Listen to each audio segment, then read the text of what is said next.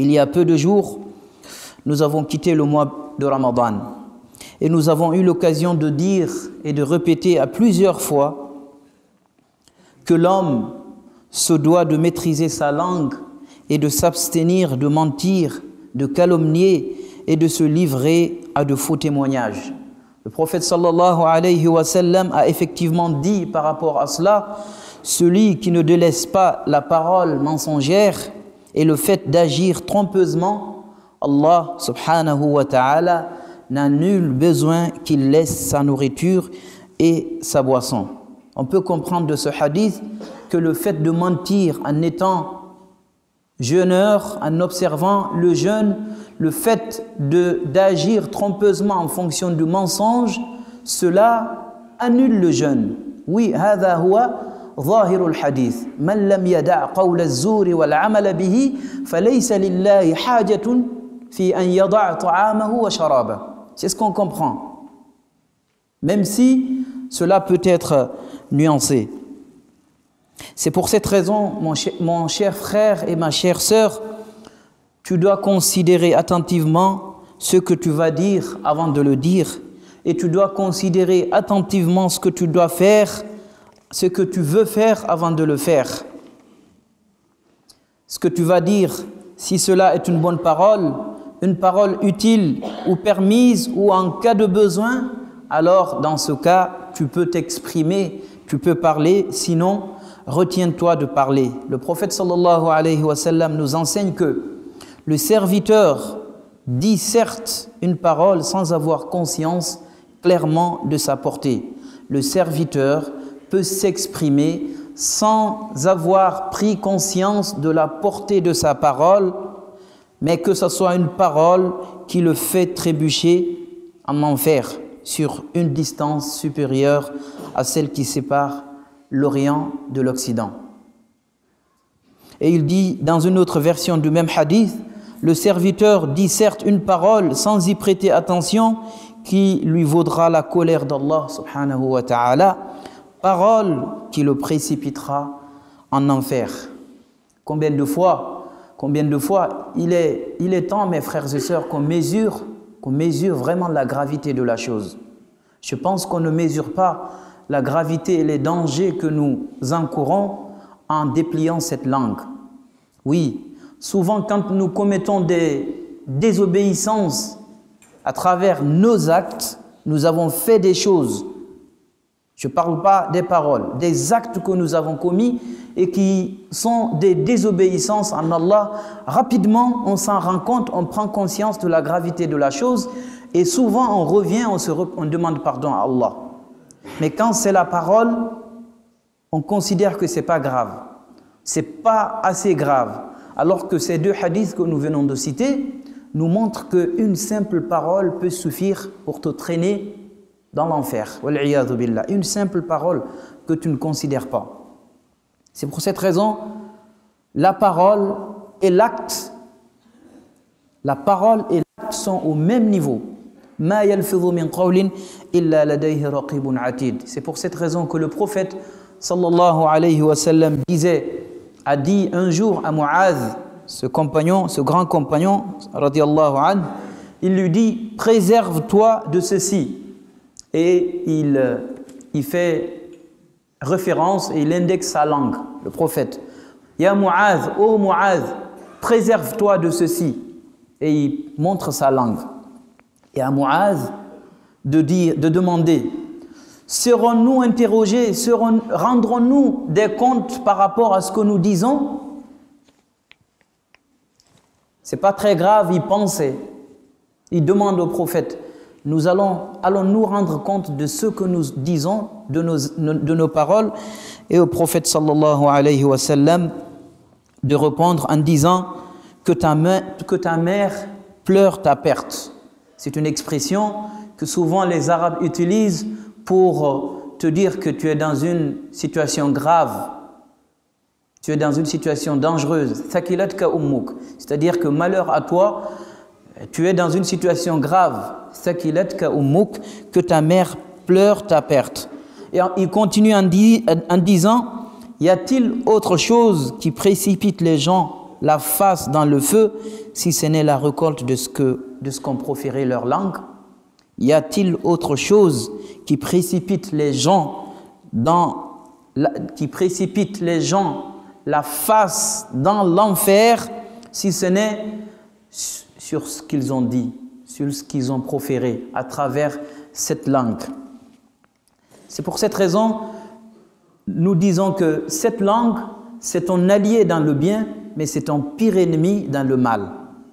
Si tu l'utilises bien dans l'évocation, dans l'invocation, dans le fait de dire du bien, de dire des choses qui sont profitables à toi et à ton entourage, c'est ton meilleur ami. Et si c'est le contraire, elle se révèle comme étant ton meilleur ennemi, ton pire ennemi. C'est pour cette raison notre devoir, le devoir qui incombe à chacun de nous, mes chers frères et sœurs, c'est aussi de nous préserver et de nous tenir sur nos gardes et de nous abstenir de toute parole et de toute action qui pourrait nous nuire. Allah subhanahu wa ta'ala nous prévient dans le Coran en disant « Ma yalfidhu min qawlin illa ladayhi raqibun atid » On est prévenu, il ne prononce, il faisant référence à l'homme, à la personne, il ne prononce pas une parole sans avoir auprès de lui un observateur qui est prêt à inscrire ce qu'il a prononcé. Et l'imam An-Nawawi, que Dieu soit satisfait de lui et lui fasse miséricorde, dit « Tout individu responsable se doit de tenir sa langue de tout propos. Tout individu responsable se doit de tenir sa langue sur toute parole, sinon une parole dont l'intérêt apparaît clairement. » Et lorsque, tenez-vous bien, écoutez, et lorsque, parce que cela fait partie d'une très grande sagesse et d'une très grande intelligence, et lorsque le fait de parler et le fait de se taire présentent un intérêt équivalent, alors la voie à suivre, la sagesse voudrait qu'on s'abstienne. Oui. Si je parle, quand je parle et quand je me tais, ça va être le même résultat. Pourquoi je vais parler? La sagesse veut qu'on s'abstienne si le fait de parler et le fait de se taire présentent un intérêt équivalent. Donc, il nous dit cela. Et lorsque parler et se taire présentent un intérêt équivalent, alors la voie à suivre, la sunna du prophète sallallahu alayhi wa sallam, est de s'abstenir à parler, car les paroles permises pourraient conduire à tenir des paroles interdites ou des paroles non recommandées par notre foi. Cela arrive fréquemment et rien ne vaut le salut. Et rien ne vaut le fait de s'écarter et de ne pas prendre de risques dans ce sens. Le prophète sallallahu alayhi wa sallam nous a d'ailleurs fixé une règle d'or par rapport à cela. Il nous a fixé une règle fondamentale en quelques mots, en nous disant ceci. Celui qui croit en Allah et qui croit au jour du jugement dernier, qu'il dise du bien ou qu'il se taise. Celui qui croit en Allah et qui croit au jour du jugement dernier, qu'il dise du bien ou qu'il se taise. Et là aussi, l'interprétation, la compréhension apparente, le sens apparent du hadith veut nous faire comprendre que croire à Dieu subhanahu wa ta'ala et croire au jour du jugement dernier est fortement lié au fait de parler, de dire du bien ou de se taire. En quelque sorte, al-mafhoum, al-mukhalafa, on appelle ça, celui qui ne se préserve pas, celui qui prononce du mal au lieu de se taire, en fait, c'est sa foi en Dieu et c'est sa foi au jour du jugement dernier qui est remis en cause. On ne va pas jusqu'à dire que cette personne n'a aucune goutte de foi, aucun poids de foi dans son cœur. On ne va pas en arriver là. Le hadith nous veut nous comprendre que ta foi ne saura être complète. Tu ne peux pas prétendre avoir la foi qu'il faut en Dieu. Tu ne peux pas prétendre avoir la foi au jour du jugement dernier, même si tu le dis. si tu ne te préserves pas de dire tout et n'importe quoi, si tu ne te contentes pas de te taire au lieu de prononcer de mauvaises paroles, c'est ta foi en Dieu et c'est ta foi au jour du jugement dernier qui est touchée et qui est remis en cause.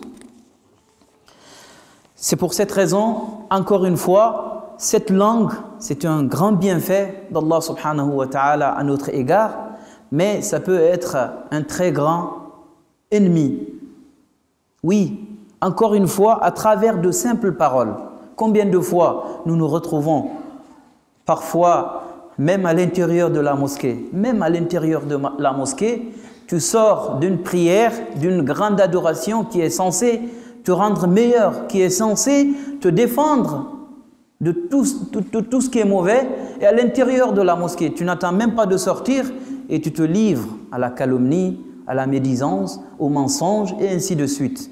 Combien de fois? Et combien de fois on se retrouve autour de table, on passe des heures et des heures, de très longues heures, sans que ça ne soit de paroles utiles, de paroles qui rassemblent de bonnes paroles, des paroles de rappel à Allah subhanahu wa ta'ala qui viennent de nos bouches. Combien de fois?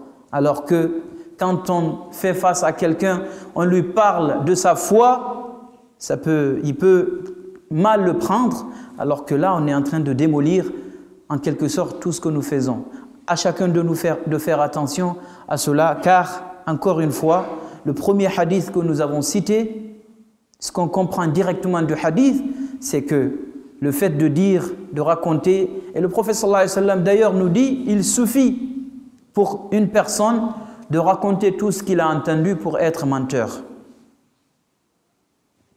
Être menteur, c'est très très facile. Que tu racontes tout ce que tu as entendu, tout ce que tu as vu et tout ce que tu as entendu, toi tu le racontes à d'autres personnes. Le prophète sallallahu alayhi wa sallam, si tu es comme ça, tu es un menteur. Wal'iyadhu billah.